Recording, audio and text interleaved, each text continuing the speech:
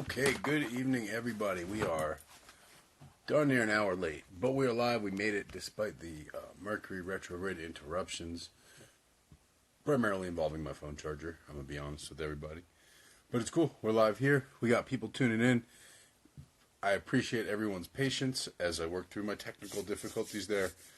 I have a little better setup here this week, so I don't have to be looking all over the place. I thank everyone for making it in here. I'm going to go ahead and hit Cosmic up, get him in the stream, so we can kick things off this week. For those of you who are tuning in the first time, this is Torah Study, which is the Hebrew Bible. We look at the Hebrew Bible, beginning in Hebrew. I read the verse in Hebrew. We translate it to English. We break it down, etc., etc. It is. Let me mute this up here. It is a rigorous and grueling way of looking at Scripture, but I can guarantee you, if your exposure to the Bible so far has been through church, has been through the King James Bible, basically, it's going to be a very different look than you're familiar with seeing. It's going to be a very different approach than you're familiar with taking, and I think it's going to, at minimum, change, your whole take on the Bible, which is really the goal here. As I wait for Cosmic to join me here, I sometimes joke that this is Occupy religion, if you guys remember Occupy Wall Street, because the Bible predates, obviously, the Hebrew Bible especially, predates, all organized religions, Judaism, Christianity, all that. So this, just inviting Cosmic, this take on it allows us to see the roots of something that was so amazing that people were able to build organized religions on top of it. But that said, this text, first of all, is basically the scriptural history of my people, of the children of Israel. But more importantly, then became the foundation for all of our culture, right? Like at some point, starting in 325 AD, the Roman Emperor started throwing the Bible around. And here we are. Now, in that, of course, was the New Testament, which is not part of the Hebrew Bible. We're still also so early in it, it doesn't even matter. We could add the New Testament. But we're here in Book of Genesis, chapter 3. You can check the previous videos, Book of Genesis, chapters 1 and 2. We went ahead and got those done. Oh, gosh, it took us quite a lot of hours to get not very many verses done. But those are all on my Patreon, those old videos. And this one will be up for about 24 hours after we go live. So I'm going to preview you guys what's going to happen in this chapter. Chapter 3 is a big one. Okay, chapter 3 is the story of the serpent in the garden. And I think this is one that many people maybe remember from Sunday school or have experience, just in the lore of the Bible. It's the first good myth going on in the Bible, as they say, because until now it's just stories of creation. Here we have some characters, right? We've got Adam and Eve. Adam as Adam and Chava as Eve. And we have them in the garden. The Lord has granted them authority and dominion over the garden. They're supposed to be stewards of the garden. And here comes this Nachash, serpent, okay? And it looks like Cosmic will be joining us momentarily. And so here we have this cunning creature, this serpent, who becomes an important symbol all through magical traditions and mystery traditions, the arts of cunning, as they're often called. Here comes this very cunning serpent to manipulate, if you will, the downfall, or engineer the downfall of humans from the garden. Now, this is a very big deal in the Christian religions. The point at which men and women enter into a sort of covenant of sin is right here. That by eating this apple, man and woman, Adam and Chava, Adam and Eve, are cast out of the garden, and it becomes, in the Christian religions, incumbent on the person to save their own soul because that happened. In Judaism, we have no such thing. Yes, they were cast down, but we're going to talk in more detail once Dr. Cosmic gets in here about exactly what this means on a metaphysical and spiritual level. What was cast out of where? what that constituted and entailed, and what we're really talking about occurring as a result of this. I think Kaz will be here momentarily. I'm going to, I think, get started. Well, we usually wait till we have 20, and we're at 19 now. So let's wait till 20. We're darn close. So again, thank you all for tuning in. Thank you all for very patiently waiting with me as I got enough charge in my phone to do this. That was the technical difficulty, I'm going to be honest here. Also, thank you to everyone who has attended Tarot Boot Camp. We are still going on. That is a 4-week course. We have completed week 1. If you want to check it out, you can come on. You'll get the recording of Sunday's class, and you'll be live with the rest of the group for this coming Sunday, the following Sunday, and the following Sunday. So far, we haven't even looked at any tarot cards. You guys know how I like to do these sort of like slow and methodical and thorough explorations. So last week we looked at the history of Tarot, we looked at the construction of the deck, we looked at the alchemical looks on it, we looked at the astrological looks on it. We just kind of broke and sliced and diced the deck a few different ways. So again, if you want to come join us, next week is when we're getting started. We've hit number 20, so I'm going to go live after this sentence. But next week, back down to 19, I don't know what to do. Next week is when we will be getting started. Looking at the major arcana. After that will be the minor arcana, and obviously following that we'll go into divination. So that link is in my bio. You can still join that. You can DM me if you have any questions, and I thank all you who tuned in. And don't forget, the Hebrew Folk Magic course from 2 weeks ago is still live on my IG bio, and if you are interested in what we're going into in the Hebrew Bible study, definitely want to check out the Hebrew Folk Magic course. So with that said, I believe Cosmic will be here shortly. Someone bring it to my attention when he is. I will read now. Genesis 3:1. Genesis chapter 3, verse 1 in Hebrew. Vehanachash, and the serpent, Haya Arum, was cunning. Mikol Chayat Hasadeh, more than all the beasts of the field. Asher Asa Adonai, that the Lord God had, Asher Asa Adonai Elohim, that the Lord God had made. Vayomer ha'isha, and it said to the woman, Af ki amar Elohim, did God indeed say, Lo tochlu mikol etz hagan, you shall not eat of any of the trees of the garden. If you guys have been tuned in and watching, you know that in the Hebrew Bible, traditionally, at least contemporary times, we look at a commentator called Rashi, a French rabbi from around the year 1000 in that time, who had compiled a lot of rabbinic thought at the time, and he breaks down sort of verse by verse different meanings. So Rashi has commentaries all over this verse, and this is some interesting subtext stuff. This is the oral tradition behind this stuff. It'll be collected from different rabbis' writings and conversations. So now the serpent was cunning. What does it mean that the serpent was cunning? What does it mean, Hanachash Haya Arum? It says, as a result of what plan the serpent thrust himself upon them, he saw them naked, which he connects with later in the verse that they hadn't been dressed yet. He saw Adam and Eve naked and engaging in intercourse before everyone's eyes, and he desired Eve. This is why, after they ate the fruit, they are clothed, because to prevent this problem from coming again, is what the scripture is saying. Desire for Eve is based on the fact that they were walking around naked, kind of getting busy all over paradise, and the snake is like, all right, this is hot, I want in. They're not going to do this. Let me fool them.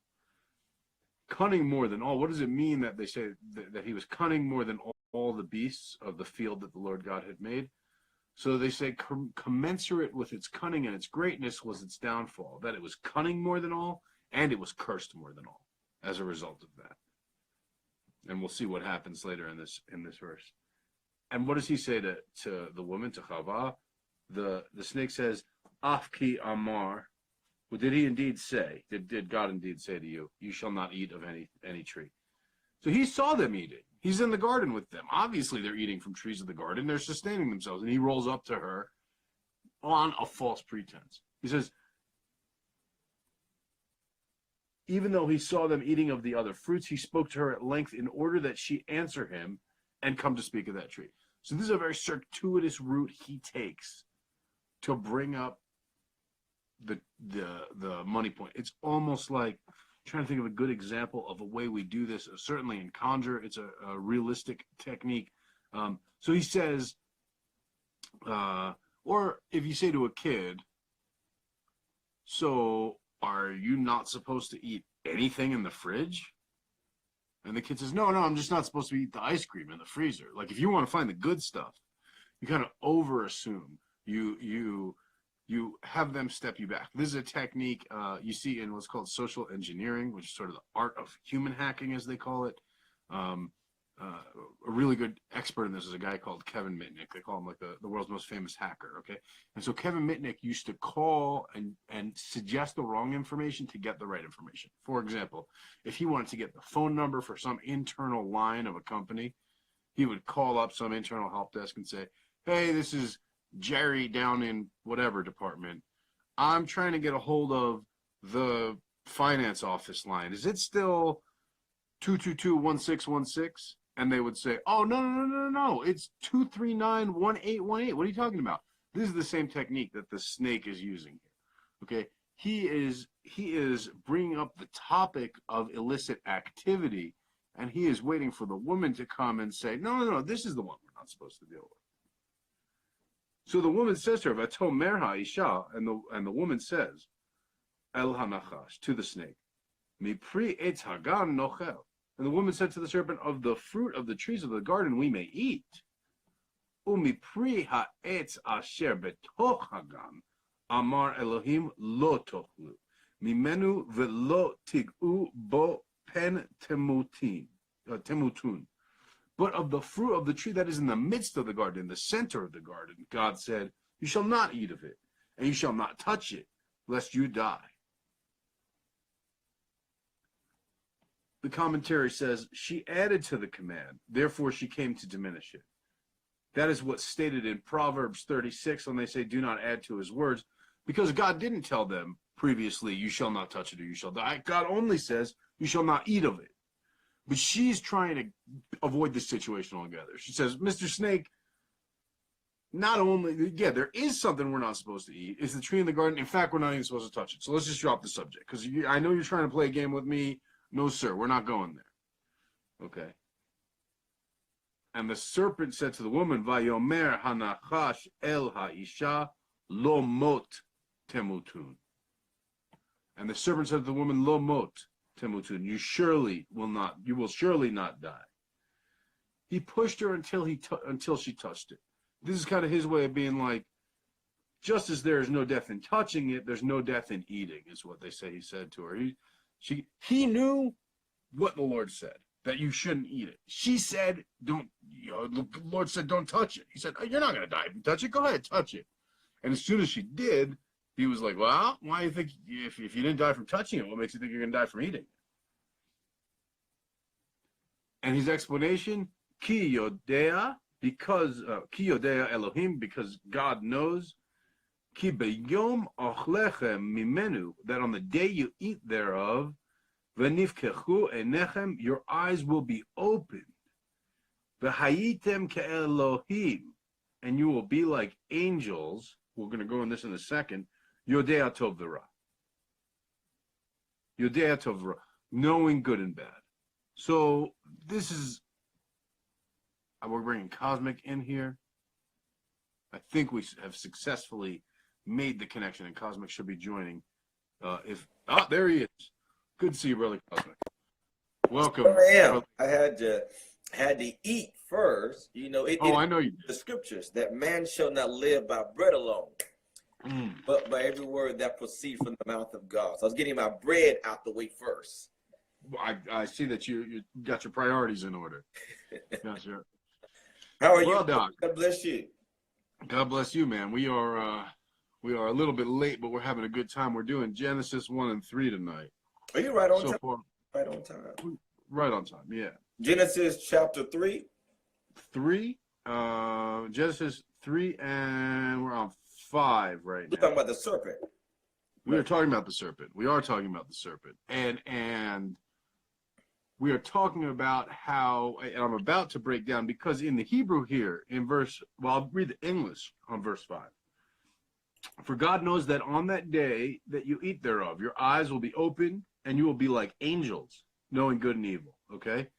I'm going to read this to you in Hebrew, doctor, and you tell me what seems interesting to you. Okay? Ki yodea Elohim. Elohim is God. So, ki yodea, because God knows. Ki b'yom ochlechem, on the day you eat, mimenu, from it, thereof, v'nifkechu enechem, and your eyes will be opened. Here's where I want you to pay attention. Hayitem, you will be ke Elohim, like Elohim, yodea tov verah. Translation here, you will be like angels. But wait. It was 10 words earlier in the same verse. Ki yodea Elohim, because God knows that on that day. Here we are at the end of the verse, v'hayitem ke Elohim, that you will be like. It says Elohim in the Hebrew. In the English, it says angels. What's King James say over here? Well, of course, it said like in the King James.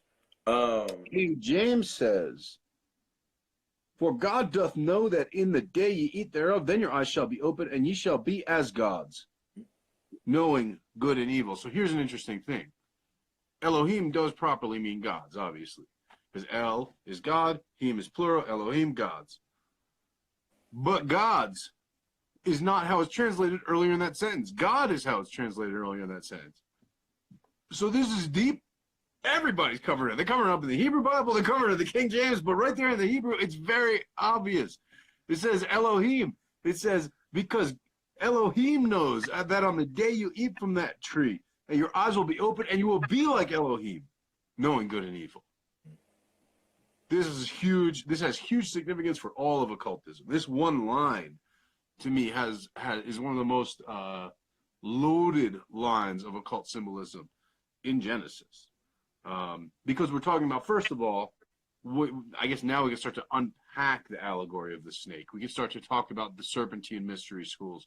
We can start to talk about Python. We can start to talk about these spiritual schools and traditions that harken back to before the Old Testament, that revered the serpent, and how they interacted with the first of the world, of this new world, of the world of this God, and how that being went up to those people and said, yeah, of course God doesn't want you to read that, because if you read that, then you're going to be just like God. Not like angels, not like gods, as King James has it, but as that exact same one, the master who put you in here. That's the one thing that can get you your freedom, as it were, as the serpent always tempts us. That can get you the freedom from your servitude. That seems to be the serpent's trick. And I know, obviously, a New Testament tradition, that expands quite a bit. But we always say that that's what the devil generally on. We look at Lucifer, because we conflate the serpent with, obviously, the devil. We look at Lucifer, and what did Lucifer struggle for? Freedom. That's what he symbolized to Luciferians, above and beyond all else. Freedom through rebellion, certainly. Freedom from the yoke, as it were, of the Almighty. Now, here we are in a situation where, granted, the yoke of the Almighty constitutes having all of paradise at your disposal, not having to do anything, having everything you want. Apparently, and you weren't here for this, when we talked about the rabbis' comment, the reason the serpent was interested in Eve in the first place is because they were going all over the garden, fucking all over the place, as one does in paradise. Mm-hmm. Now, because of the terrible yoke that was placed on them with this arrangement, naturally it was necessary to rebel against this depraved order and become as unto the Creator. So this idea of this is so interesting, and there's so many lenses that you can approach this from. So let me speak a little bit more directly in the conjure aspect, or in the spiritual community aspect. These are the individuals. Notice how the idea of Adam and Eve are ones who are naive humans. They're the first here. They're new to this. They've never done this before, per se, and they set the precedence going forward. So this idea of they are naive, they are young, as it were. Okay, so here we have young spiritualists. All right, and there's a thought that comes to their mind about touching something, touching and handling something they should not. All right. But the reason why they go through with it, they know good and well, Moses, they haven't gotten set on nobody's mat to know if they're Omo Yemaya for anybody's call. All right. They happened to trip and they looked up and it was the grocery aisle full of honey as far as the eye could see. And of course that meant that Oshu was calling out to them. Of course that meant that. But further, there is a serpent, as it were, that tells them it's okay to do this. It's okay to touch what you shouldn't touch and handle what you shouldn't handle because God will understand. You see, the Orishas will understand. You see, the Impungo will understand. These other traditions that you've not been properly introduced into, they will understand. You're interested, you're trying to get out of your situation. You're trying to find any way out that you can because God doth know. You see, that in the day you eat thereof, you shall be as gods. Never mind the protocols. Never mind the prohibitions. We've got something serious going on here. You should go ahead and do what you're going to make your own Inganga. Make your be own. as gods, indeed. Yes, indeed. exactly. Why in the world? Load your own fetish head, your own Elegua head. You can find recipes online these days. Right there in the middle of the garden. Right in the middle of the garden. You're looking for on your Apple iPhone. Looking for how to make your own soparas and so forth. So the serpent says to them,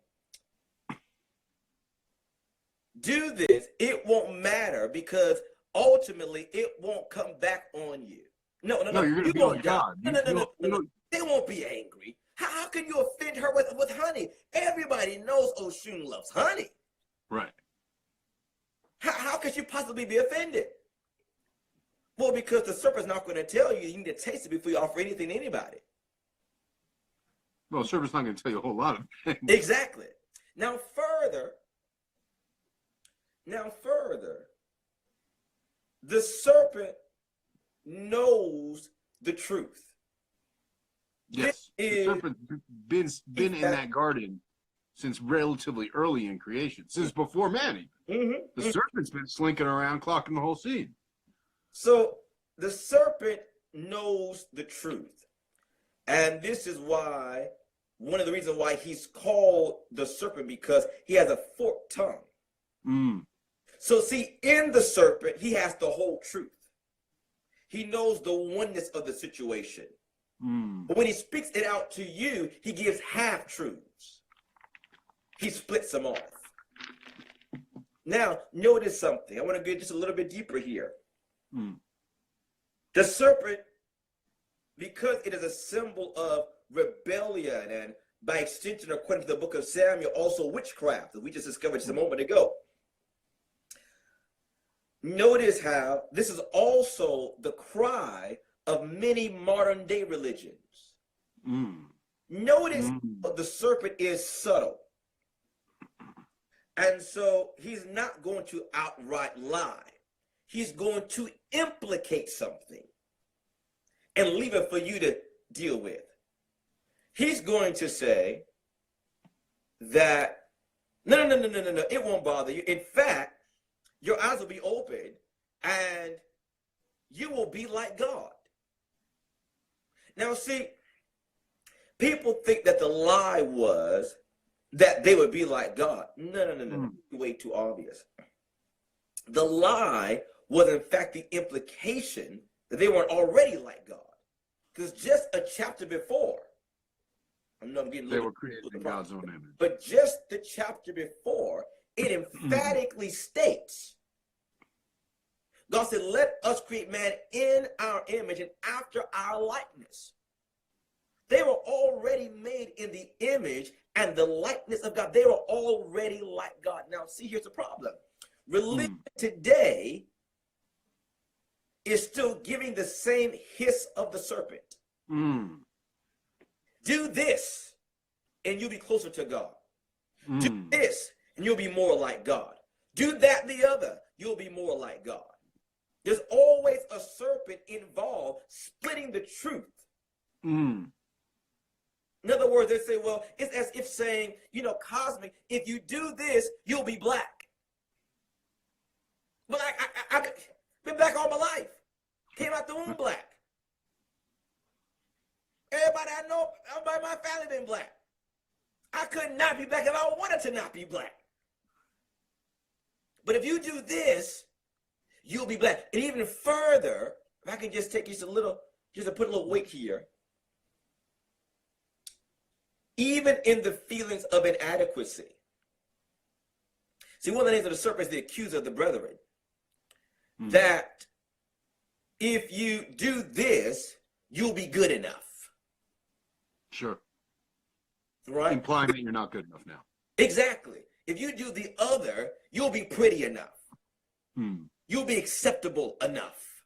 You'll be whatever. You're not that already right now. But if you do this, and it's always more doing, always more doing. And it's never enough. You see. And so what you do, you keep eating fruit. You keep eating fruit until you obese yourself on insecurities. You see. Beware of the hiss of the serpent. Now further yet. So that's one, there's two levels of the serpent. Another level, interestingly enough, we're in the Garden of Eden. Now, we don't know where the human beings were created. Right. We know they were set in the garden. Exactly. A lot of people say, oh, they were created in the Garden of Eden. That's not in the text. No, that's presumption. I do want to point out one thing here before we move on. Before we move on too far, I want to pull another rich nugget out of the commentary. Rashi says that it's on that verse, right? It didn't escape. Obviously, it didn't escape the notice of the commentators that the word Elohim appears twice there. So why is that in there? So the idea that for God knows, ki yodea Elohim, that every craftsman hates his fellow craftsman, they say. That God ate of the tree and created the world. That's why you don't eat of the tree, because indeed that's how God became God, by eating of the tree. Which has major implications. He had a non-compete agreement inside. But this has major implications because this means that God knows good and evil.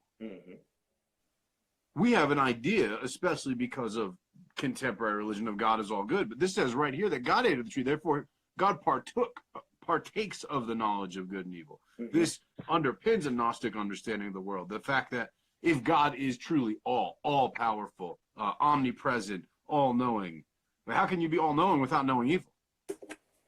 How can you be... It says very plainly, Isaiah 45:7, I form the light and I create darkness. I make peace and I create evil. I, the Lord, do all these things.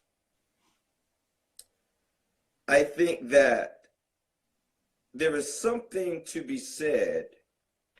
So first of all, there are two trees in the garden. There are two trees here. There is the tree of life and there is the tree of knowledge. Now, they being mortal, well, not quite yet, we'll see in a moment, could not partake of both trees. Somebody had to be ousted immediately. Because it's a similar context of what we will see sometime ahead of us with the Tower of Babel.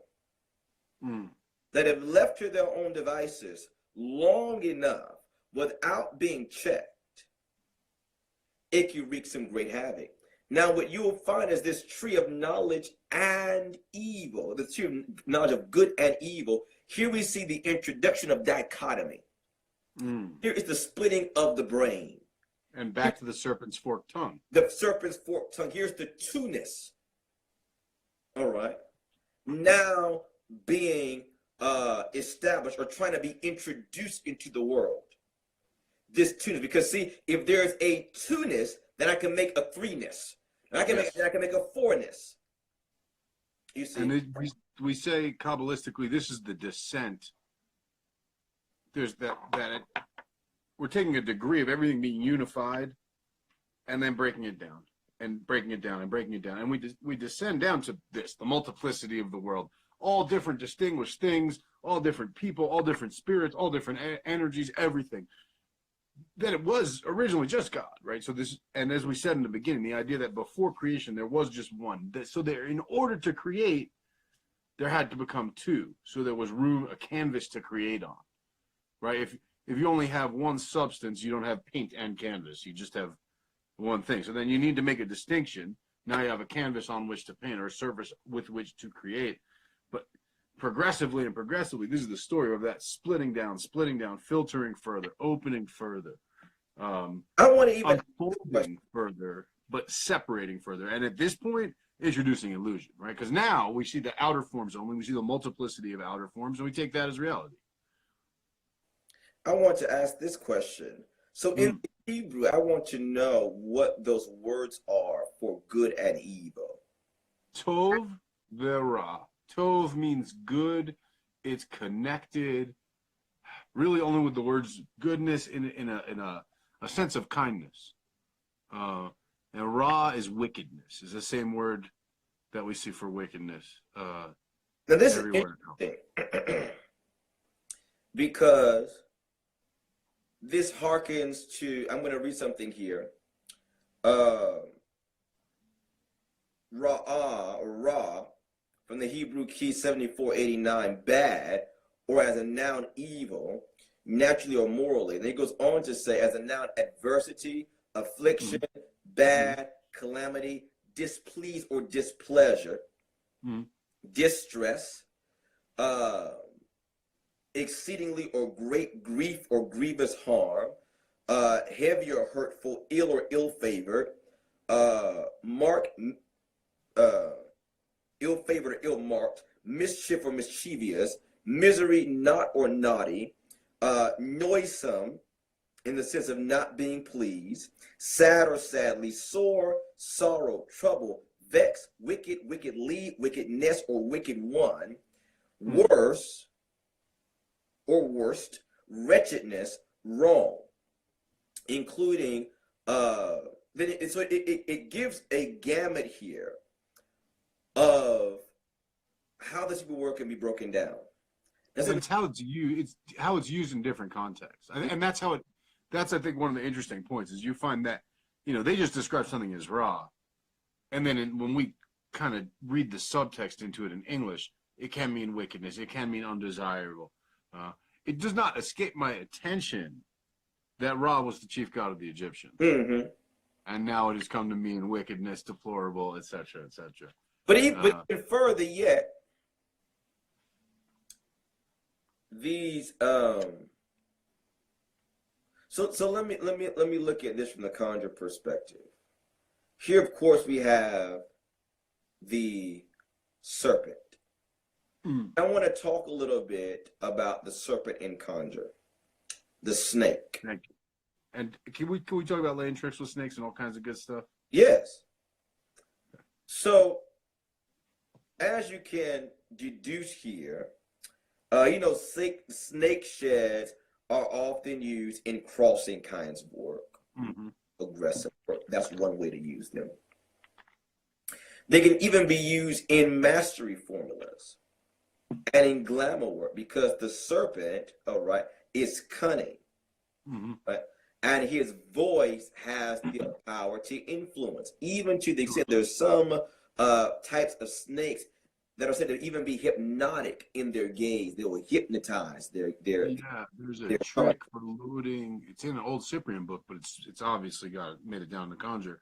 but loading a viper head on top So of a I was cake. going to get loading a viper head, right? Even carrying it on a person. So they can also be used in, as a matter of fact, the mamba in South Africa. The medicine of the mamba is used in love work, Mhm. and it's used in glamour. All right, because it's a very beautiful animal. It's very alluring. The scales, the way the light hits it, just so it is somewhat hypnotic in the way it moves and the way it slithers and so on. So that's an idea. The other thing is this: the serpent can be used to regress an individual. And by that I mean to make them regret or repent, to draw them back to you. Mm. All right. You see, the serpent has an interesting quality that now, as we'll see as we continue on, it has to drag on the ground. Mm. Snakes, slugs, snails, all right, can be used to forcibly to drag them back to someone, right? You will come back to me as the snake drags on the ground, and nothing shall stop you. All right. Oftentimes we will take personal concerns, we'll work cigars over them with that incantation and wrap them in snake skin. All right. And let's say, for example, working with a figure candle, let's say a male figure candle, we're working with women in this case. You wrap it with the person's personal concerns, wrap it with snake skin, and bury it at the front door with the head of the person pointing towards the house. Mm-hmm. All right, that you will be dragged back to me. No matter where you are, no matter how long you've been away, you will come back to me dragging on the ground, begging my forgiveness like the snake drags on the ground. Mm. So it can be used in influence work. Certainly can be used in warfare medicine because it is poisonous in many cases. Okay. It can be used even in healing work. All right. And that's also, it goes back to something that Moses was talking about before, about some of the older mystery schools. Okay. And their attribution of the snake with wisdom, with cunning, and even with healing. We'll see that even projected in the future with Moses and the Nehushtan, right? The brazen serpent there. Right. And we see it even in on the caduceus, the staff of Hermes. The right? caduceus. And yes, exactly. Which is still the sign of medicine, right? It's still the sign of. It's still the symbol of physicians. And so the sign interesting that you bring this up. So actually, no, I disagree with you. So okay. I was talking about this with my students Wednesday in apprenticeship. We're talking about Jesus. We're talking about Asclepius and his adopted father, Hermes. All right. Now, Hermes' staff is the caduceus, all right, with the twin snakes, all right, which originally represented merchandising and commerce, he being the god of commerce, all right. The two snakes are going in and out, right? They're buying and selling, they're transacting, they're exchanging them, right? But then you have, now I think the paramedics got this right. I think some of the veterinarians and even the diabetic bracelets get this right, with the one staff and the one snake. That's actually the proper symbol of healing. It is the staff of Asclepius, all right, whom it is said that Jesus of Nazareth went to go learn from that mystery school. That's why one of the markings of his ministry was raising the dead, which is a hallmark of Asclepius' life. He was such a great healer; he could raise the dead, right? So now I don't think it is by accident that the symbols are switched. Sure. Okay, because I believe that somewhere along the line, medicine, the one snake became business. The two snakes, you see, became commerce or big pharma. So I don't believe it was done without forethought. That's I mean, talking about sigil magic, the power of occult symbology and things like that. That is a subtle and brilliant point on it. But bringing it back to the serpent and the older schools of healing, I mean, we see, the cult of Damballa, African Simbi cults, like these are all serpent-based cults of original old powers that are the very energies of life, the very forces of existence. And how apropos then that it is a serpent here back in day one, beginning of existence in humans, right? Like, because we're talking about these progenitor species, these really the edge between the spiritual and the physical. The edge between studying the mystery school. That's what we studied at. You got our diploma. Now I got kicked out. Okay, I dropped out. But Moses finished with flying colors. Okay. Sort of, kind of. I dropped out too, Doc. What I would say today, before I was to reach actual credentials, I was gone. What I was going to say is, so healing work, all right, can be done with snake skin, all right, whether by distance, all right, with wrapping the elaman soda de bohosha. I hear you. With wrapping snake skin around a blue candle for someone. Again, we see that staff and the snake once again. All right. But even getting, now let me specify something. I'm saying snake skin, not snake sheds. Shed, yes. They're different things. You got to have an actual snake and skin it. Okay. But you can also, if you're having an ailment in a certain part of the body, all right, the old timers would wrap the skin of the snake around that part of the body. All right? Bind it with the snake skin. Exactly, like a poultice almost. All right. And that as the snake sheds its skin, so also they shed this condition from their body. Can you speak at all on cooking up rattlesnake grease? I've heard old timers talk about it. I don't know anything about it. But, well, so even if you go even there, rattlesnake grease, rattlesnake venom, rattlesnake eggs, rattlesnake viper eggs, rattlesnake eggs, yeah, rattlesnake incense. Okay, and really, what you need is the rattle of the rattlesnake. There's a couple ways you can do. It depends on what your application is.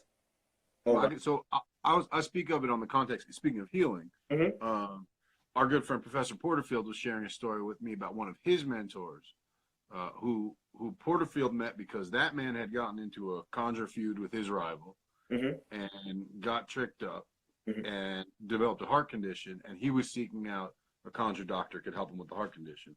And Porterfield mentioned that he was treating him with lightning struck wood and rattlesnake grease, and they had it under control for some time. And I think that's a fantastic side of conjure. I think it's interesting that people talk about, we're getting way off topic, but it's all on topic, it doesn't matter. People talk about conjure as one thing, magic, and then root doctoring as herbal medicine, and don't connect those two. That at some core level, when you're really doing this, there's magic medicine in there, which is where you're getting at with curing heart conditions with lightning struck wood. You're using these principles of similarity. You're just applying the magical principles to healing. It is, and that's why they were one of the names for the old time workers were two-headed doctors. Right. Okay. Now that has a couple of meanings.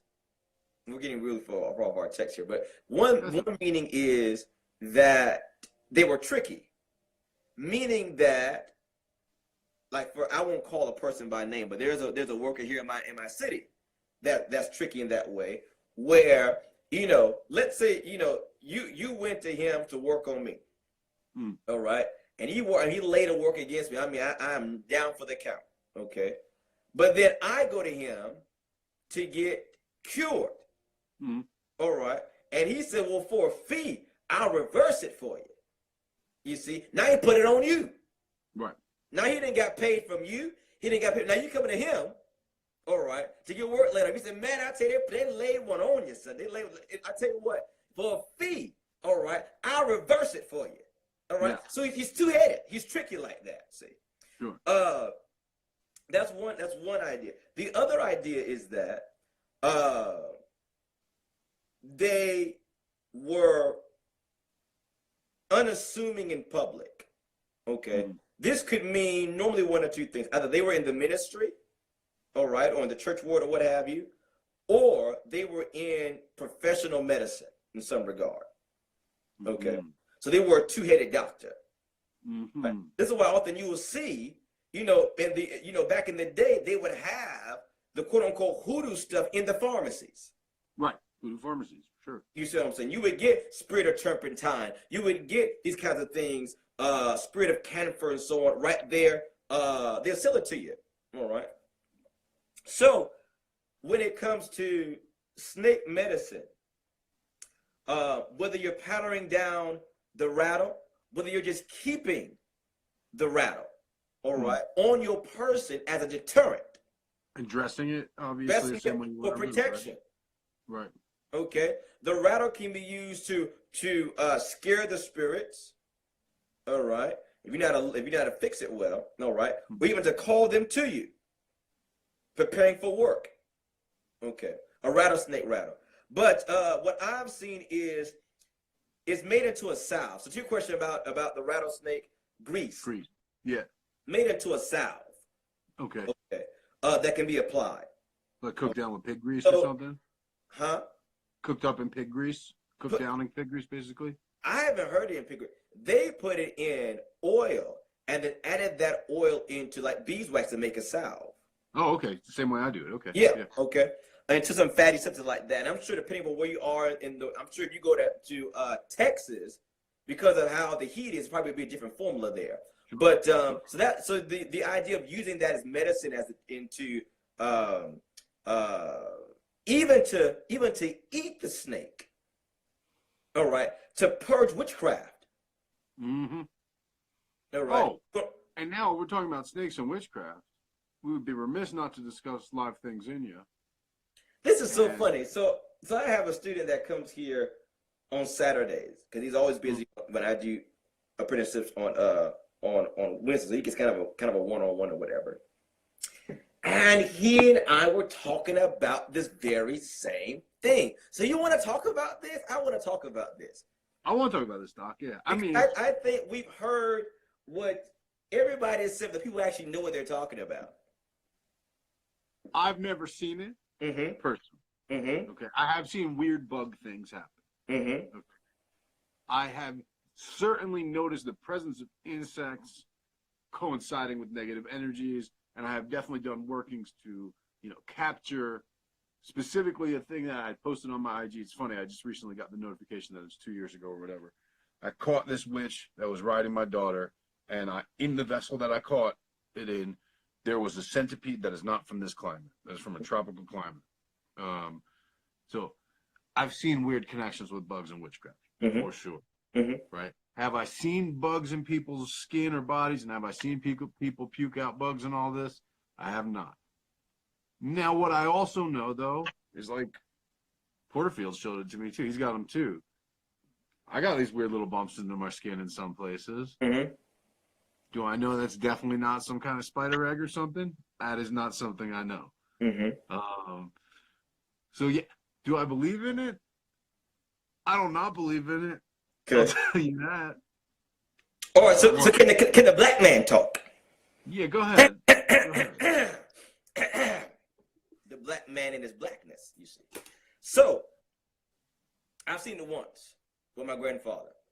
Okay. She puked out roaches. All right. There was roaches and tadpoles in her vomit.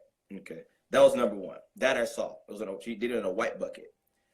Now, the other thing is, and I'm going to give you that was my first personal experience. The other personal experience I had was with a longtime student of mine. He did a similar thing, and it was a black snake that came out of this woman. All right. And he has it jarred. If anybody's watching from South Carolina, and I drop the city Camden, they may know who I'm talking about. So I'll leave that right there. So if you ever wonder if that story is true, the story is true. All right. But let's talk about this. This is what I told my apprentice on Saturday. If I see this, all right, there are three things going on here. All right. immediately. Either number one, which is the predominance of situations, is fraud. Absolutely. This is the most fraudulent. All right. And the, how can I say, as the future comes in, as we go farther into the future, the more and more it's going to be fraud. And I'm going to tell you why. The other two says this. You immediately know, I immediately know, taught my students also, you immediately know two things. The worker you're dealing with is either very, very old worker. We're talking about at least 80. Mm-hmm. All right.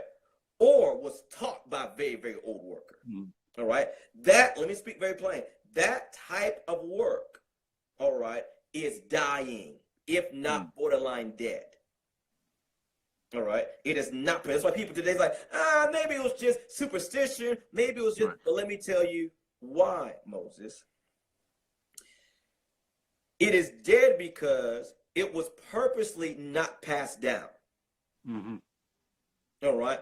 Because it was unnecessary. The thing that survives what was necessary. All right. Mm-hmm. When my ancestors came across the water, they brought war medicines with them. All right. That kind of work we're talking here, live things, was for massa. Mm-hmm. Kill massa, make massa sick, make him scratch and scrape and cuss and fuss and crawl, make him vomit, make him shit, make him scream, make him sweat, torment him. All right. Because the immediate necessity was to get the fuck off this plantation. All right. And so those types of death medicines, those types of war medicines were, because they were prisoners of war, as a matter of fact. All right. They were employed to help revolt. They were employed to help overthrowing massa in the plantation. All right. Once we got off of there, all right, it's almost like the president having wartime powers. Sure. All right. Had to get very, very, very, very bad to have wartime powers. All right. Once you got off the plantation, all right. Yes, we've gone through a lot. Jim Crow, sharecropping, you name it, people has experienced it. All right. Has it been as bad being under that whip? When we first came over here, the elders would say no. And that's why it wasn't given to the young ones. You don't need to put loud things in your boss. You got to suffer that.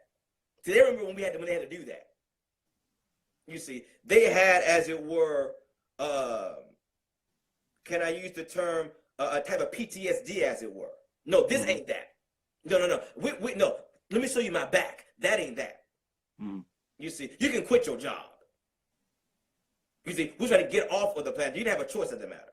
So those kinds of what we even call legendary, fantastical powers, per se. All right, we saw them in that era of our history.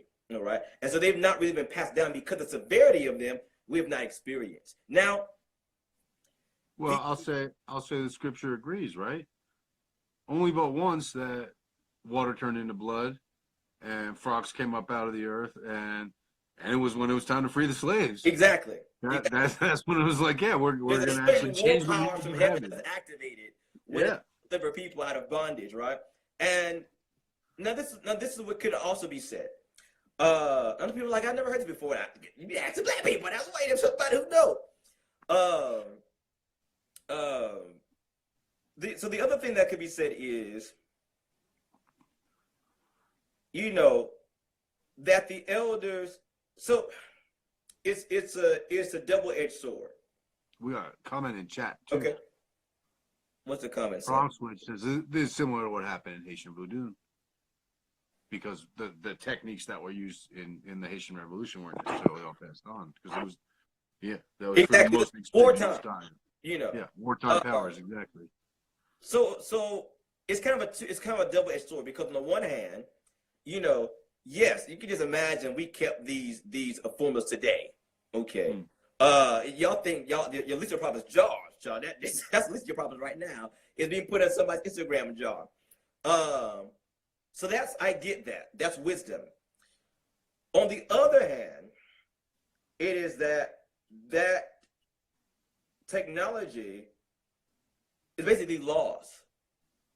So there's always a fear, as all enslaved people have PTSD of their enslavement. Sure. There's always, whether you're Jewish, black, whatever, we ain't but a sneeze away. If we speak plain. Okay? Ready to go. Ready to from reverting back. All it takes is a law being signed. Just all it takes a signature. Sure. You see. And so will we still have those same weaponry at our disposal as our ancestors had back then? Yeah. So this is what I was just contemplating on while you were speaking, and I was going to ask you that exact question, okay? And instead, what came to my mind was the answer. I'm sitting right next to my altar, I reposition, so answers are coming more quickly than when I'm upstairs. What came to the answer is you're damn right. Mm-hmm. They're going to come just as it came to them, just as those spirits came to them, just as those works came to them. It's going to come to us. I have no doubt. I think that's where now. Would it be extremely helpful for us to have the preparation of the elders? Yeah, but I think also, as I say all the time, in our side chats, the people who came up with this didn't get it from anyone. Right. They got it from spirit, and I don't see any reason why we wouldn't, under the same or similar circumstances. I mean, I believe that the miracles of Moses can be performed again if they need to be again. Someone who may be in this chat asked me why that didn't happen in the Holocaust. And I dare say, you need to look at your history a little better. There were a number of miracles that took place during the Holocaust. Yeah. And a number of miracles that took place during slavery, a number of miracles that we just saw he took place with slavery of Haiti. All the revolts that we hear about that were miraculous, where no other, in slavery, all the uprisings where you had incredible odds, numerically, they were put down at the end and it becomes a footnote in a history book. But if you think about it, in that time and place, the significance of that act on earth is vast, even just psychologically, in a sense of guerrilla warfare, in a sense of opposing an occupation, an occupying force, and showing that they don't have absolute control. We are way off topic. We're going to go back. We're way off topic, and we got to get back to the book. But I'm going to say last thing, I'm going to knock off of this. Even, Harriet Tubman, a prophet. Okay, clearly a prophet. And it was known she would go into trances and dreams, that she would have open visions where maps would be laid out to her of where to go, what plans to change. She would be given insight, all right, on if they need to stay here for a while or go tonight or leave now, you see. They would come to her in trances. So, these I call them these war powers of the supernatural world still become available when they're most needed. And I will say also that we have, maybe I'll put it up on my link in bio.